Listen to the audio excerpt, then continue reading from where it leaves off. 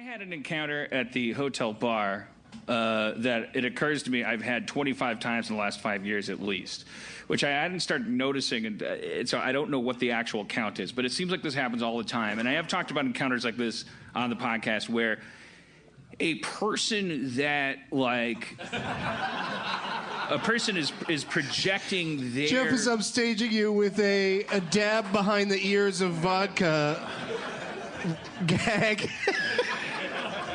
It's so weird to get a big laugh with a physical gag on an audio podcast. Everyone's like, what is Dan saying right now that's so hilarious? He's just setting up a premise at this point. It's like in that bear movie when the baby bear goes roar, and then the puma is like yikes, and then there's a big bear behind it. I didn't see the movie. Wait. I assume that happened in it. Wait a second. Which one of us is high right now? I'm on Molly. I just wanted to see you more often. I sat at the hotel bar and I was listening to this. There was a lady next to me and she was talking to the bartender. Oh, yeah. And they were talking about South by Southwest. And they were talking about, they both knew each other because she drinks there a lot. And she works in real estate, and so she's a big mover and shaker, and she's always at the hotel bar, and he knows who she is, and they know each other, and then but not that well. But then they start talking about South by Southwest, and they're like, yeah. They start talking about how many famous people are in Austin this time of year. And it's like Hollywood all of a sudden, this time of year, all of a sudden there's all these famous people. And her big example was what she called the guy from the League. And I was just like taken by that. I was like, learn his name. It's the League. There's like 5 of them to choose from. I know. I was like, the guy from the League. I'm like, what? The guy from the League? And I swear she brought her phone. She was like, yeah, no, I know. Have you ever seen the League? And he's like, no, I have not. And she's like, no, this guy from the League. I think she had a photo of him on his phone. Like, I don't know. It's like, wait. So it's a device you could use to Google him. Just say the guy from the League. I'm not saying like respect our craft. I'm just saying like it's part of a conversation where you're yes-anding his assertion that it's like Hollywood around here. Yes, I agree. Famous people everywhere. For instance, the guy from the League. She didn't know who the fuck. Learn his name. Could be anyone from a basic cable TV show that is finished, I believe. Then my burger comes. The final at bat happened. It was baseball, right? I know. It was organized around a... Was it Casey? I think they played Dungeons and Dragons. I don't know. Welcome to the 4 Guys Who Don't Know Anything About Sports podcast. But then that's every podcast about the Sklar's. Yeah. But then my burger comes and I go, do you have any mustard? Here we go. Wait for it. Do you have any mustard? That's what I said. Do you have any mustard? Which, Dan, in Texas is a very provocative question. And the kid, I'm going to call him a kid, behind the bar said, we have mustard, but it's Dijon. It's not yellow. Now, I took that as a kindred spirit. Like, I was like, fucking A, yeah.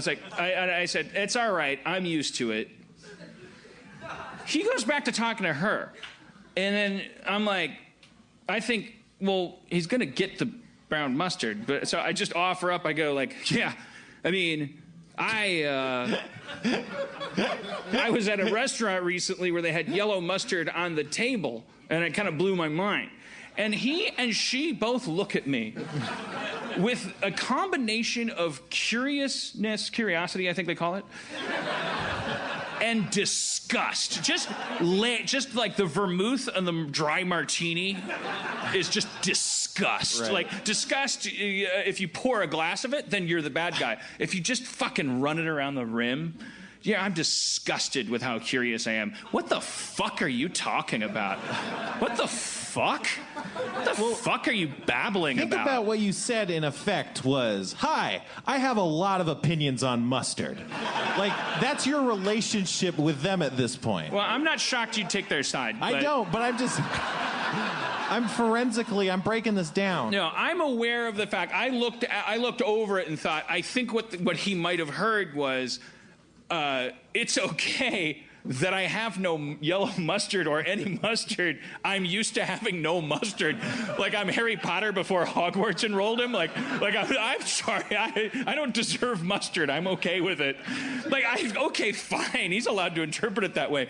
But it was weird. They both looked at me in a way that brought me back to the 6th grade playground where it was just like, I'd like to contribute to the conversation, and they're just like, ew, gross, so gross. You're so gross. You're such a gross monster. Ew, what are you talking about? Talking about mustard much? You're gross. And then they just went back to talking about real estate, which is so fucking cool. Because it's Texas, there's lots of real estate. And he never brought you your mustard? He never brought fucking mustard. And over time, my burger tasted better with the inhumanity on it. I was like, I'm not gonna fucking play this game. I'm not gonna be uppity and say, like, I asked for mustard earlier. I'm just like, good burger. Called his fucking bluff. Here's what happened. She settles up. She walks away. She's got real estate to sell. For you video subscribers. That was me dabbing more vodka behind my ears. This guy goes, so what are you doing in town? What's your schedule like? I didn't start a conversation with this fucking guy. What hotel? What room number? I said, I'm going to Esther's Follies. He's like, yeah, what? For what? Just to see the show. It's really good. Comedy show. There's a comedy show. Follies shows still are great. doing that over there? This guy's on a road so high it's untenable. like it's ridiculous. He's and I just don't want to get yelled at. I just don't want to get beaten up. So I just want to. I'd like to settle up. I'd like to settle up. Let me settle up. So what are you doing over there? I'm doing a couple of shows. Yeah, what shows? He won't stop because you can't crucify with one nail. The person would fall off. You'd be guilty of a minor felony. You'd have wounded a hand. I'm writing that down. Crucifixion requires. That's our episode title. Collinear fucking. You need the feet. You need the hands. Physicists have studied it. So it's like, well, what show? And I'm like, well, I'm doing a podcast. And he was like, got it. Great. Charge it to my room. Sign it. It's like, what's the other show? Jesus fucking Christ, are you fucking kidding me? Another podcast. I said, just shut him down. I said, it's promoting a show on CISO. CISO twists his face like a fucking pig's cock, like Beetlejuice special effect. Like, I can't let you know enough that I have no idea where you work. I don't pretend to think anyone knows what the fuck CISO is. Thank you for coming on the show, by the way. Oh, you're welcome. And then he goes, and then he finally goes, like, well, what's that show? And I said, it's promoting a show. I play Dungeons and Dragons. And he's like, his eyes muscles. I'm going to kill this fucking guy. He's going to get no Trump care from his fucking muscles detaching from the eyes rolling back into his head. And he's polishing a glass like there's anyone else coming in. And like the robot in Passengers. Wait, can we talk about that movie? Yeah. What the fuck? I just saw that movie.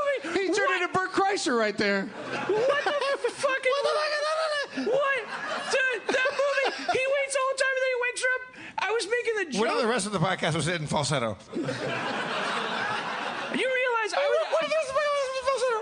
I love Southwest because I like waiting in lines. Also, the owner of the white Toyota, you're double parked outside. But that movie, do you realize that the third act of that movie, I don't know if anyone, I know everyone's like... Who's worried about having Passengers spoiled? Nobody. Nobody gives a shit. You've probably seen the blogs about why it's a fucked up thing. Yeah, the only reason to watch it is if you like those two actors and you want to, like, it'd be sexy for you to see them in space. and you feel like You know, like, I everything think it's is only cheap, and jerk-off material. It's like if Sleepless in Seattle was about Tom Hanks buying night vision goggles and just living in Meg Ryan's apartment for a while, just watching her from a cupboard. And then finally Only deciding... when she sleeps. He watches her when she's sleeping.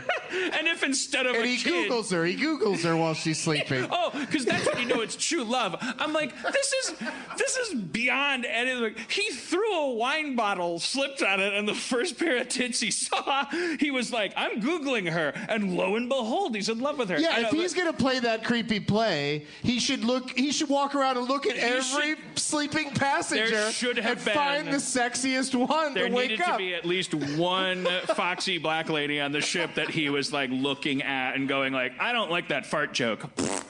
like just show me that you're not racist. But you all wrote your blogs about that. But did you notice that in the third act of that movie, I was making the joke because my girlfriend and I are laughing at it while watching it. We're like, oh my God, they really think this elephant isn't in the room? Like as it turns into a romance and they're playing Dance Dance Revolution together, like they really think we forgot about this thing. Okay, fine, misstep, swing and a miss, whatever. But I was making the joke as we go to the third act, like as Jennifer Lawrence would have to say, like to Chris Pratt, like, my God, the ship. It doesn't know what it wants. It needs to be raped, Chris. You need to rape the ship to save us. And I was making that joke. It was true. The fucking ship didn't know. It had like a tube that wouldn't let things out or in, and he had to go into it and like. Do you guys not? It's like the third. I thought we third were act of that talking movie- about trolls. The third act of that movie is a concretization of an argument for no meaning yes. They say rape the ship? The ship is all blocked up so. and it needs to just But let did it they go. say... I never heard of this movie, but no one says rape the ship. He needs to penetrate a tube that does not want to be penetrated. You're not supposed to go in there. He's not supposed to be in there. He goes in there. He goes in there. The movie is clearly anti-ship rape. Well, finally. Yeah. Anyways, so But then Andy Garcia shows up. oh my God, What is that about? He gets top billing. Only it has to be a movie about being nowhere. It's like he's like top billing because he looks at a tree. Again, if you haven't seen Passengers, first of all, don't. And secondly, no, it's. I thought there were parts of it that were all right. It was Oscar nominated for visual. The beginning was amazing. production design.